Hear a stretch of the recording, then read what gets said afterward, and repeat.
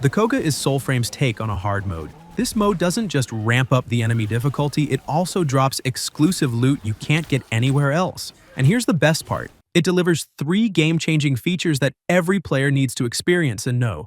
So before we dive in, if you find this info at all insightful, please consider hitting the like and subscribe button to stay updated on everything Soulframe. We go over patch notes, guides, and pretty much everything else. And now with that out the way, let's dive right in. So there are 3 distinct features of this Cogah mode. Firstly, the enemy difficulty ramps up, and with each boss that you defeat, the enemy grows even stronger. For example, killing each Agari, which is the name for world bosses, increases the levels of enemy mobs while under the effect of the Cogah. Secondly, you will also get some debuffs, some of which is your Arcanics take longer to recharge and self-healing is also reduced. On top of that, health potions drop way less frequently, which puts you at a massive disadvantage, especially if you run this solo. That's why I strongly recommend running the Cogah as a duo or full squad of 3. In a trio, you've got unlimited revives as long as one teammate stays alive. But if you go solo, one death ends it instantly. Same for squads, if the whole team wipes, the Cogah is over. And thirdly, this mode drops rare loot, such as Cogah talismans, which I will get into in a second. And this mode also drops unique runes and lore drops. So the Cogah talismans are exclusive, Fey-blessed netgear in Soulframe. They are dropped as fragments from defeating Agari bosses exclusively during the Cogah ritual, and can drop all 3 in a single full run of the 9 bosses. But drop rates are low, so multiple runs would be ideal.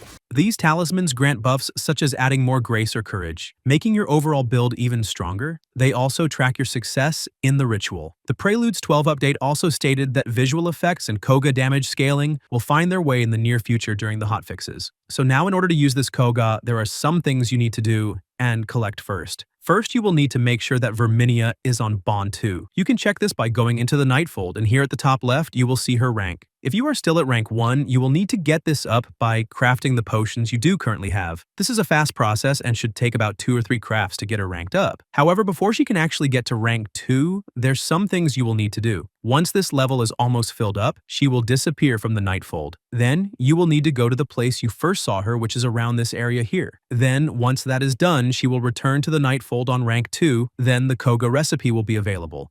Now, once the Cogah option unlocks, it's time to gather the required materials. First, navigate to this specific area on the map and collect Wevet seeds, which are exclusively found under these glowing trees in this region. You'll need at least 10 of them. After that, you need to hunt down the Agari world bosses and pick up the red mushrooms they drop, and that's pretty much it. Now, head over to Verminia and you can start brewing this potion, and takes about 2 hours to complete. So now we get to the bosses and their drops. So there are about 8 of these overworld bosses shown on the map once you enter the Cogah mode. So to enter this Cogah mode, you will need to head to the wheel where your other potions are, and then drink this Cogah potion, and the sky will turn a red hue, and the boss icons will show on your world map. Each boss drops some rare loot, which we will go over. So if we start here on the left corner, we have the Mendicant King, which drops the Tree Fell and Everflame runes. Both these runes are for the Greatsword, and this Agari also drops the Cogah Grod, which gives 2 magic defense, 2 spirit, and plus 10 attack.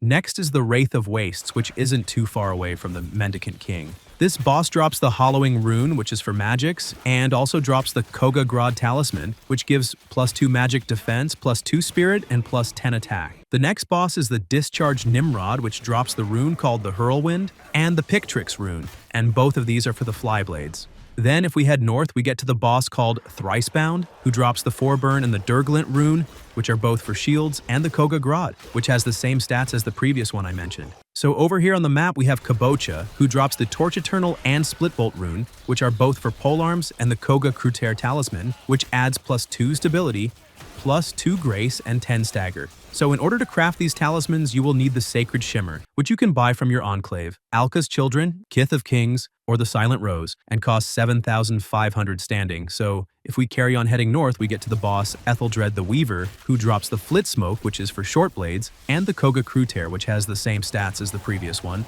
So then over here on the map is the Sinecure Errant Goth, who is pretty easy to beat and drops the Durglint rune, which is for shields, and the Cogah Lorcan Talisman, which adds plus 2 physical defense, plus 2 courage, and 10 attack. Next to this boss is the Nell Knight, who drops the Mistgale, which is a rune for long blades, and the Cogah Grod, which is a talisman that adds 2 magic defense, plus 2 spirit, and 10 attack. So now, if we move to the far right top of the map, we come to the final Agari named Gruul Seeker Ruthos, who drops the Torrent rune, which is for the bow, and the Cogah Lorcan, which adds +2 physical defense, +2 courage, and 10 attack. So it's important to remember that these drops are only from using the Cogah, and in the normal mode the boss drops other loot, so I will link it somewhere on this screen if you want to check that video out. So the devs did explicitly state that this ritual is intended for experienced envoys who want to test their builds, sharpen their skills, and face the Agari under harshest conditions. We welcome your feedback during this first version. That means this is only the beginning, so we should expect even more drops and potentially big changes in future updates. And of course, I will link it in the description if anything changes, along with an updates video. So, as always, I like to dive deeper into the lore, and in a later video, we will also go over everything we know about the entire lore of the game. But when it comes to the Cogah, we do have some insights on what it is, as the game did drop some lore hints, so I'll try my best to piece it together. So before humans existed, the world belonged to magical beings called the Fae. Although even before them, there were animals, and long before that, there was only twisted mushrooms called agaric, which were forever eating and being eaten. So the Fae consumed the agaric and learned its core instinct, that is to devour or be devoured. So over time, their minds merged with the mushrooms and formed a shared network of sorts connected to the world spirit. Then the Fae's enemies who ate too much agaric turned into powerful but mindless creatures called the Agari. Then to fight back, the Fae witches made potions from agaric and tree saps. Then the warriors drank them in a ritual called the Cogah, which made them become super strong hunters who killed the Agari. When the Agari died, new mushrooms grew on their bodies, feeding the land, the Fae, and the cycle continued. And that's the gist of it. So as always, the game is always changing and more lore is being added in, and I have no doubt by the time the game does fully release, we will have a fleshed out story and a complete hard mode for those looking for a more difficult challenge. So if you guys found this info at all insightful, hit that like and subscribe button, and I'll see you in the next one.